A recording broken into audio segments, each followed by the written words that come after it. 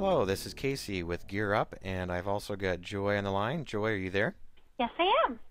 All right. Joy and I want to talk about the updates and improvements that we have made to the functional assessment questionnaire. We've been working hard and long and been staying up till 2, 3 in the morning, right, Joy? Oh, yes. But the long awaited Child FAQ is finally done, and we're excited about it. And Joy, you want to just give us kind of the big picture of the Child FAQ and what that means and what that involves? The Child FAQ is a questionnaire that is specifically for children, and it's for newborns all the way up through age 10. And it's just a really exciting tool that practitioners are going to be able to offer to their patients, to parents of children that are really struggling. Their children have some very serious health problems. So we're excited about this questionnaire finally being ready. That is exciting, and too, I know a lot of people have known that we have been working on the Child FAQ, but something they might not have been aware of is we've overhauled the account system, and that will impact them as well, and we'll talk more about that later. But it is an upgrade, it's an improvement. It will allow a parent to manage their children's FAQs and their own under one account. So make things easier for them, and that's always a good thing for parents as they're as busy people. So why don't we log in? This whole video is about the patient's perspective. So what we're showing you is what a patient would do when logging into your FAQ account to fill out the questionnaire. So they would simply go to functionalfaq.com and enter your practitioner number, or they could click on a special link that is generated when we set up an account for you, and that will show you in another video. If you don't know what that is or need to give that to your web guy, we can show you how to get that, but that'll be another video.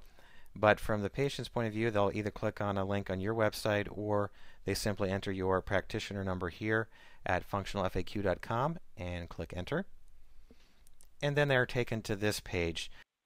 Like, we've had a few isolated cases where people have gone through and filled it out and weren't really patients of this particular practice, and so this is getting electronic confirmation that they are saying, yes, I am a patient of this clinic in this office. So yeah, most people just click yes, and once they do that, they will see this page. Now this is new, and as you can see, this is part of the updates, and we've tried to make it extremely simple for very user-friendly for these patients. And basically they just have three options. The green one says I am a first-time FAQ user. The orange one, I have filled out an FAQ before. And then the blue one, I am a parent and need to fill out an FAQ for my child. And we'll kind of click on each one of these and show you where it leads. But any other comments on this page, Joy, before I just dive right in and we'll start clicking on these buttons? No, I think this is great. Just trying to, like you said, trying to make it as simple as possible. So. That's right. I'm a graphic designer, so I like big, colorful buttons. So let's click on the green one here. And it takes you to the Create Your FAQ Account page. And you'll fill out some basic information here. And you'll notice it already filled out the practitioner number for them. Fill that in, which would be your practitioner number. And they would just go through here and fill this out and then click Submit. Now, Joy, there is something we need to explain about new FAQ accounts, and you want to enlighten us on that. Okay. The reason that we have this now is just so that a patient can create a username and password. And this is helpful because as we set up the account system, this is especially for when you have patients that come in a second time after they've been under your care and they fill out their FAQ reevaluation. And that's just a very important tool for a practitioner that they want to be, when they first have a patient come in, they fill out an FAQ, and then based on that, they decide which testing they're going to do for that patient, and then based on their testing, they give them protocols. But then down the road, approximately it could be 6 weeks down the road or 3 months or 6 months, depending on the patient. You want your patient to come back in and do an FAQ reevaluation. And so by setting up this account system, then you just have the patient is not going to click on the green button like you did for this one, but they would be a returning FAQ patient that they would then be able to fill in their username and password and log into their account, and then be able to fill out their second FAQ, their reevaluation FAQ. Got it. Okay. So then they would fill that out and just hit submit, and then off they go and to the wonderful land of functional health, and they'll guide them through the process. So we'll stop right there. Let's go back to that main screen. So pretty self-explanatory. Hit the green button for first-time FAQ users. Now, if I click the orange button, what will happen? Let's find out. I have filled out an FAQ before. And this takes you to a login screen. And I think I'm going to go ahead and just fill in a test here, Joy account for you, so we can see what's behind this login screen. Okay. And they click enter, and then they are taken to this page. And this is also new, that you'll see some new features here, some things you did not notice before. And returning users will see this page with some links to view past assessments, the blue button here. They'll be able to view the ones they've done in the past, and I think that's a good feature because they can, as they take, may take it 2 or 3 times, or how many ever times they take it, they can actually kind of see their progress. They can look at some of the symptoms maybe they filled out that first time and see, oh wow, it's no longer a 3, it's a 1, or maybe even it's gone. So I like that. And then they can also add new assessments. If they need to retake it, they can do that as well. And then below here, do we want to talk about this now, or do we want to wait till we get to that blue button there, Joy? Well, I'd just like to mention, if you see the name there, Joy King, if you click on that, that takes them to the patient information page, which just has the information and shows, their main complaints and that they have.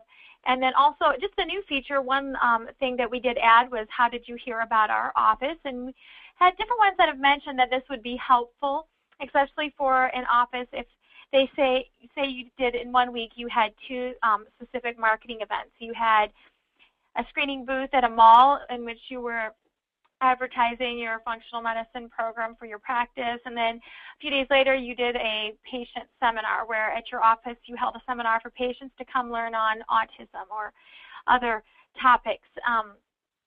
You then, have your handy little FAQ cards that you hand out to people at the screening and ask them to fill one out, and then you explain that your front desk assistant will call them to schedule a time that they can come in for the practitioners to review over their FAQ results with them.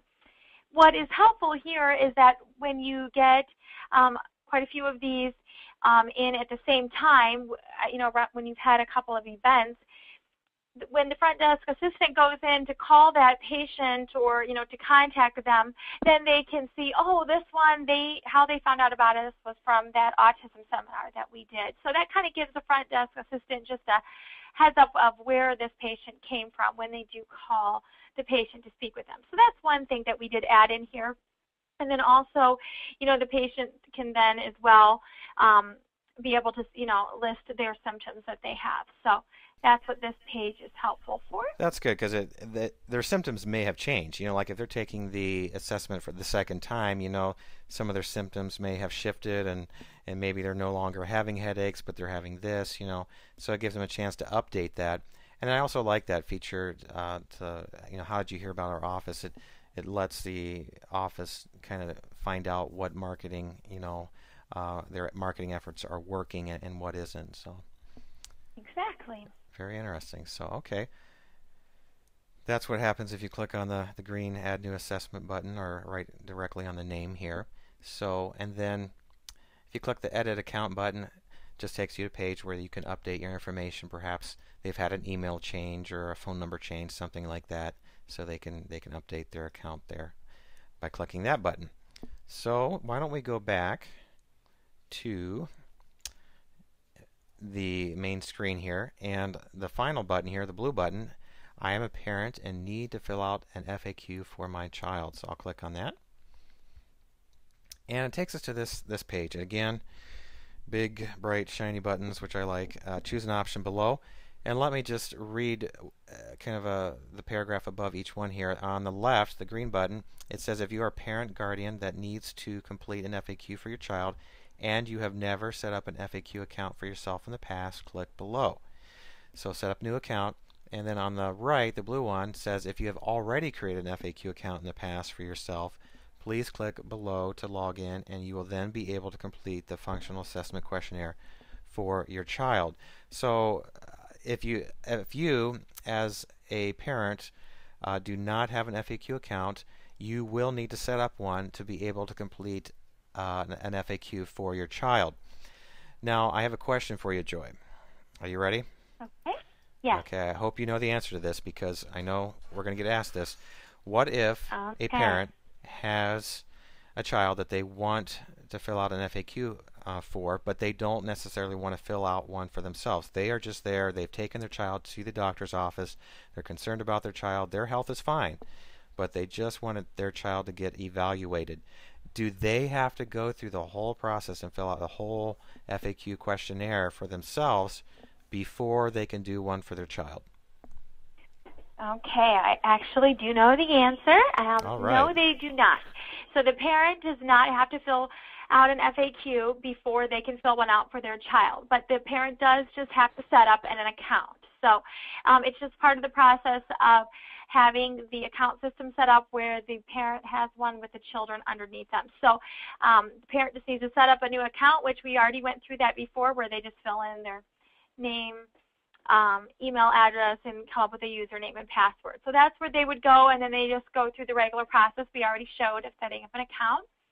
And if a parent has already done an FAQ in the past and has created their FAQ account, then they would just click the blue button and they would log in like you did before. So do you want to click on that, and it can take us into the system again for the child?